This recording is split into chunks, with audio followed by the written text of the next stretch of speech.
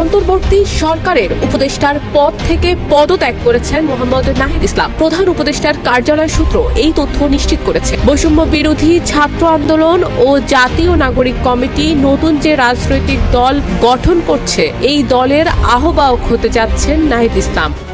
ছাত্র জনতার সফল অভ্যুত্থানের পর গত 8ই আগস্ট ডক্টর মোহাম্মদ ইউনূসের নেতৃত্বে গঠিত হয় অন্তর্বর্তীকালীন সরকার, যেখানে তথ্য উপদেষ্টা হিসেবে যোগ দেয় বৈষম্য বিরোধী ছাত্র আন্দোলনের অন্যতম প্রধান সমন্বয়ক নাহিদ ইসলাম।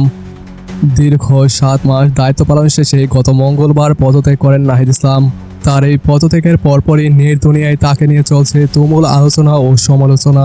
ফেসবুকে ব্রাউজ করলে চোখে পড়ছে, কেউ কেউ অভিযোগ করছে উপদেষ্টা নাহিদ ইসলাম দায়িত্বে থাকাকালীন 2025 অর্থ বছরে তথ্য মন্ত্রণালয়ের বাজেটের প্রায় 100 কোটি টাকা আত্মসাৎ করেছে।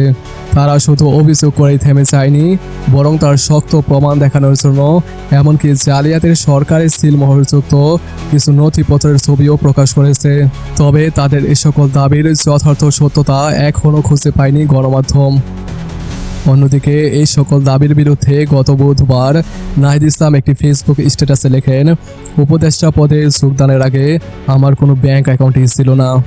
21 আগস্ট উপদেষ্টা পদে দায়িত্ব পালনের জন্য সম্মানী গ্রহণের লক্ষ্যে সরকারিভাবে সোনালী ব্যাংকে একটি অ্যাকাউন্ট খুলি।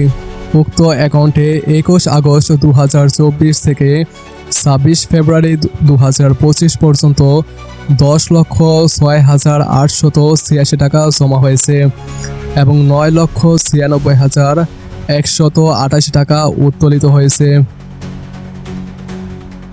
প্রিয় দর্শক, এই ব্যাপারে আপনার কি মতামত আমাদের কমেন্টে লিখে জানান এবং ভিডিও ভালো লাগলে লাইক এন্ড সাবস্ক্রাইব করে আমাদের সাথে থাকুন।